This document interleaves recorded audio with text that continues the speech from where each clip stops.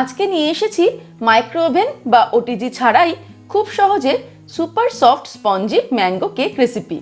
মাত্র দুটো আম দিয়ে তৈরি দারুণ টেস্টি ইয়াম্মি নরম তুলতুলে ম্যাঙ্গো কেক, যা একবার মুখে দিলেই মিলিয়ে যাবে। তাহলে চলুন শুরু করি।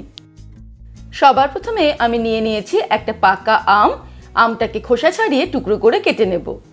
এবারে এই আমের টুকরোগুলো আমি মিক্সির ছোট জারটার মধ্যে নিয়ে নেব।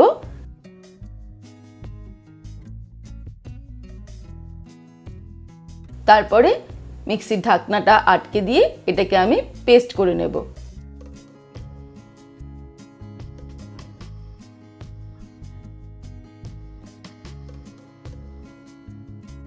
আমটাকে পেস্ট করে নেওয়ার পর একটা বড় বোল নিয়ে নিয়েছি। এর মধ্যে আমি ডিম ফাটিয়ে নেব।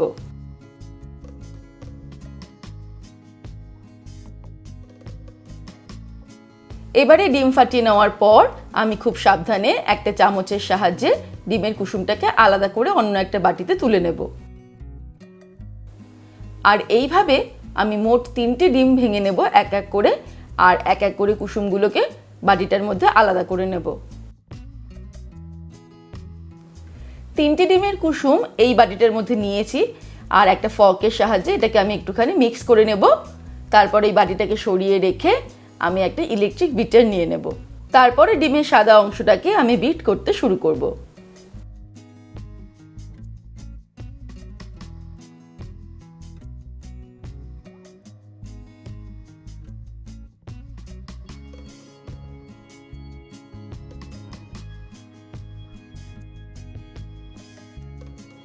মিডিয়াম স্পিডে আমি এটাকে 2 মিনিট বিট করে নিলাম। এটা কিন্তু অনেকটা ফেনা ফেনা অংশ হয়ে গেছে। এবারে আমি এর মধ্যে অ্যাড করে দেব গুঁড়ো চিনি। আমি হাফ কাপ পরিমাণে গুঁড়ো চিনি অ্যাড করে দিচ্ছি, তবে আপনারা স্বাদ অনুসারে চিনির পরিমাণটাকে আর একটু বাড়িয়ে নিতে পারেন। তারপর আবারও আমি বিট করা শুরু করব।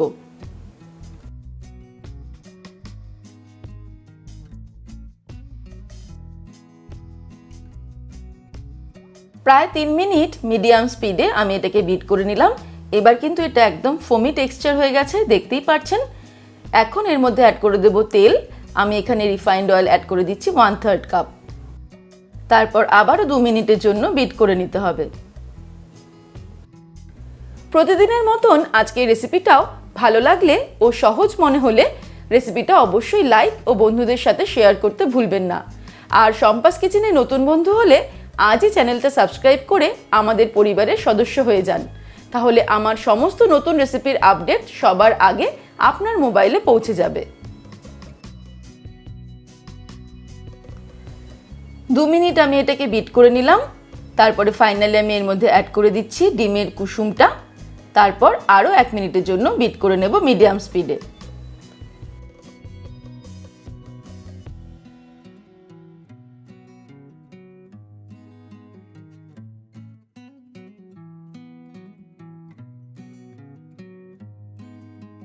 এবারে আমি এর মধ্যে অ্যাড করে দিচ্ছি আমের পাল্প। আমি এখানে 1/4 কাপ আমের পাল্প দিয়ে দিচ্ছি। এই আমের পাল্পের মিষ্টতার উপরে কিন্তু চিনির পরিমাণটা ডিপেন্ড করবে। আমি যে আমটা নিয়েছি খুবই মিষ্টি, তাই আমি হাফ কাপ চিনি নিয়েছি। আর যদি আপনাদের আমটা ঠিকঠাক মিষ্টি না হয় তাহলে 1 কাপ চিনি ব্যবহার করতে হবে। আম অ্যাড করার পরে আমি আরও 1 মিনিট এটাকে বিট করে নেব মিডিয়াম স্পিডে।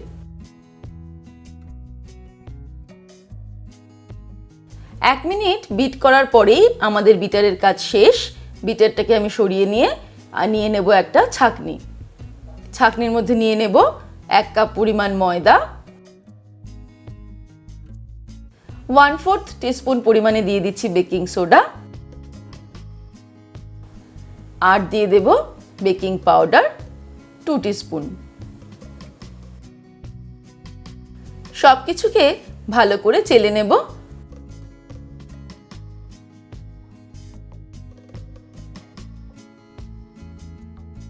তারপর একটা স্প্যাচুলা দিয়ে এটাকে এইভাবে ঘুরিয়ে ঘুরিয়ে ভালো করে মিক্স করে নেব।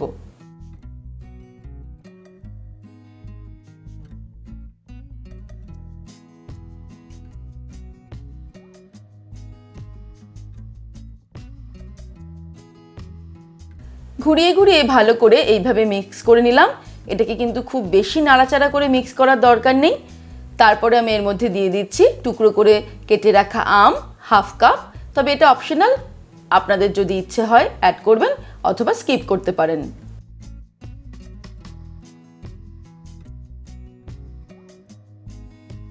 আমের টুকরোগুলোকে ভালো করে মিক্স করে নিয়ে আমাদের কেক ব্যাটারটা একদম রেডি হয়ে গেল। এবারে চলে যাব পরের স্টেপে। এবারে আমি একটা 6 ইঞ্চির কেক টিন নিয়ে নিয়েছি।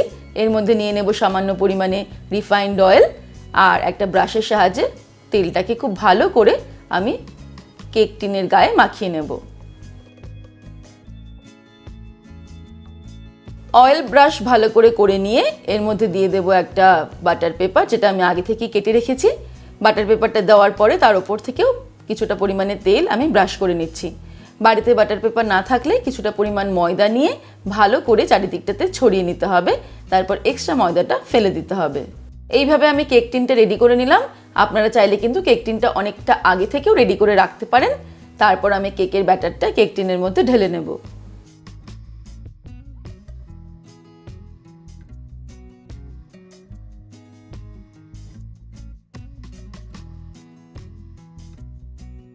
কেক টিনের মধ্যে আমি কেক ব্যাটারটা 50% থেকে 70% পর্যন্ত ফিল আপ করবো। তার বেশি কিন্তু করা যাবে না, কারণ কেকটা ফুলবে, যাতে ফুলে ওভারফ্লো না হয়ে যায় সেটা আমাদের খেয়াল রাখতে হবে। কেক ব্যাটার ঢালার পরে কেক টিনটাকে খুব ভালো করে ট্যাপ করে নেব, যাতে ভেতরে কোনো এয়ার বাবলস না থাকে। তারপর চলে যাব ফাইনাল স্টেপে। এবারে একটা প্রেসার কুকার আমি 5 মিনিটের জন্য হাই ফ্লেমে প্রিহিট করে নিয়েছি। ভেতরে বসিয়ে নিয়েছি একটা র্যাক। খুব সাবধানে আমি কেক টিনটাকে এর ভেতরে বসিয়ে দেব। তারপর প্রেসার কুকারের ঢাকনাটা আটকে দেব। তারপর মিডিয়াম ফ্লেমে প্রথমে 5 মিনিট আমি এটাকে রান্না করব। তারপরে আরও 35 মিনিটের জন্য একদম লো ফ্লেমে এটাকে বেক করতে হবে। প্রেসার কুকারে সিটি লাগানোর কোনো প্রয়োজন নেই। আমি মোট 40 মিনিট পর ফিরে আসছি। 40 মিনিট হয়ে গেছে। এবারে আমি ওভেনটাকে অফ করে দেব। তারপর খুব সাবধানে প্রেসার কুকারের ঢাকনা খুলে আমরা কেকটাকে চেক করব। আমি একটা কাবাব কাঠি নিয়ে নিয়েছি। এটাকে প্রথমে কেকের মাঝখানে একবার ঢুকিয়ে দেখব। এই দেখুন, একদম পরিষ্কার বেরিয়ে এসেছে। ঠিক একইভাবে কেকের যে কোনো চারিদিকের একটা কর্নারে ঢুকিয়ে দেখতে হবে। এই দেখুন, সেক্ষেত্রেও কিন্তু কেকটা একদম রেডি হয়ে গেছে বোঝা যাচ্ছে, কারণ কাঠিটা একদম পরিষ্কার বেরিয়ে এসেছে। এবারে আমি কেকটাকে সামান্য ঠান্ডা হতে দেব। তারপর এটাকে ডিমোল্ড করব। কেকটা সামান্য ঠান্ডা হওয়ার পর আমি নিয়ে নিয়েছি একটা ছুরি। ছুরির পেছনটা দিয়ে এইভাবে কেক টিন থেকে কেকটাকে প্রথমে আগে ছাড়িয়ে নিতে হবে।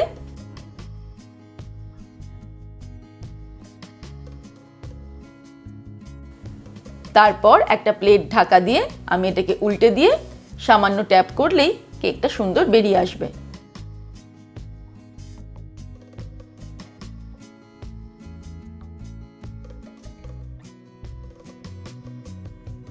এবারে চলুন দেখে নিই কেকটা কতটা সফট আর কতটা স্পঞ্জি হয়েছে। ব্যাস, তৈরি হয়ে গেল খুব সহজে super soft spongy mango cake. প্রতিদিনের মতন আজকের রেসিপিটাও সহজ ও ভালো লাগলে রেসিপিটা লাইক ও শেয়ার করতে ভুলবেন না। আর আমার সমস্ত নতুন রেসিপির আপডেট পেতে আজই সম্পাস কিচেন সাবস্ক্রাইব করে নেবেন। ভালো থাকবেন, সুস্থ থাকবেন। আমি আবার হাজির হব নতুন নতুন রেসিপির সঙ্গে। নমস্কার।